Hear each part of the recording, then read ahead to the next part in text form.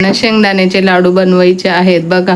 मी आता त्यासाठी कढई ठेवली आहे आणि हे शेंगदाणे टाकते. तर आता हे शेंगदाणे मस्त भाजून घ्यायचे आपण.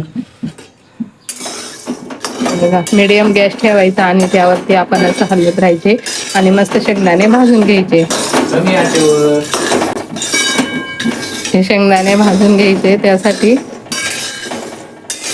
मीडियम गॅस ठेवायचा. हे बघा, आपले शेंगदाणे मस्त भाजले बघा.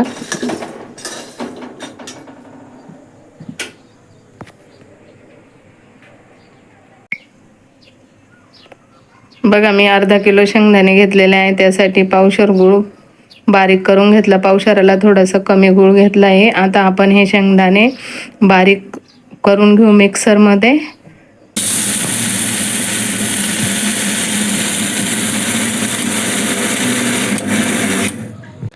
मिक्सरला ग्राइंडिंग करून घेतले बघा, किती मस्त बारीक झाले. हे पूर्णपणे आपण चिकन करायचे म्हणजे आपल्याला लाडू बांधायला सोपे जातात. छोटे छोटेसे लाडू बांधायचे आपण. आता मी इथे पूर्णपणे मिक्स करून घेत आहे बघा.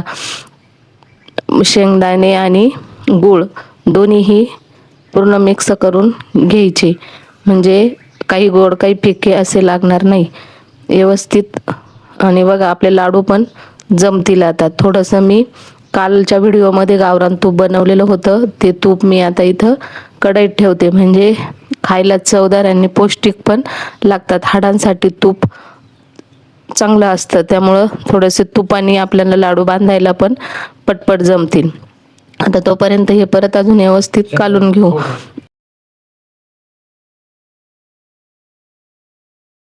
बघा किती भारी, त्याचा कलर पण किती भारी दिसतो. आपण शेंगदाणे भाजून घेतलेले होते, टरफलं काढून पूर्ण घेतले आणि आता बघा आपलं तूप इथं वितळलंय पूर्ण. आता हे तूप कडेपर्यंत थोडंसं कमी गॅसवरच कडून घ्यायचं.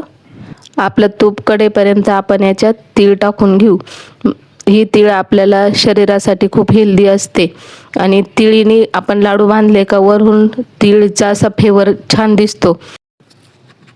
बघा, आता आपण हे वरून तीळ टाकीत आहे. तीळ टाकलेली आपल्या शरीराला खूप हेल्दी असते आणि हाडांना पण हाडं पण बळकट होतात तिळीने, त्यामुळे लहान मुलांना खायला खूप हेल्दी असते.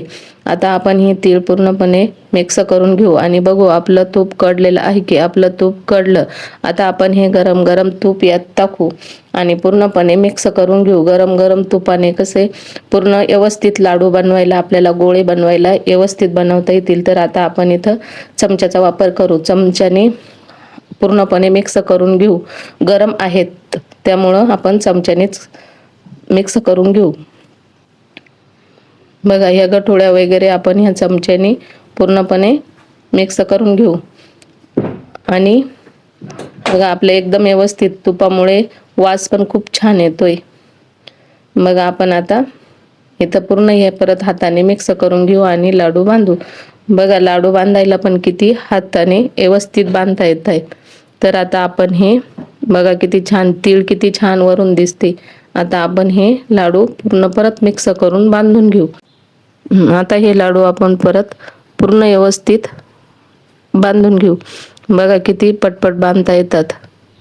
असा थोडा पॅक बांधायचा, म्हणजे लहान मुलांनी हातात घेतले तर फुटायला नको, त्यामुळे व्यवस्थित बांधून घ्यायचे. बघा किती छान तीळ दिसते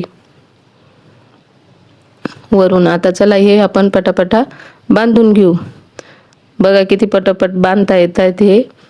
आता हे आपण व्यवस्थित बांधून घेतले तर बघा तीळ किती छान वरती दिसते त्याच्यावर. आता आपण हे पटपट बांधून घेऊ. गरम गरम आहे तोपर्यंत बांधता येतील. आता आपण हे लाडू पूर्ण बांधून घेऊ. बघा किती छान पटपट बांधता येतात. छोटे छोटे बांधायचे, म्हणजे कसे लहान मुलांनी खाल्ले पाहिजेत, वाया जायला नको. बघा आपले आता हे लाडू पूर्ण बांधून झाले. बघा किती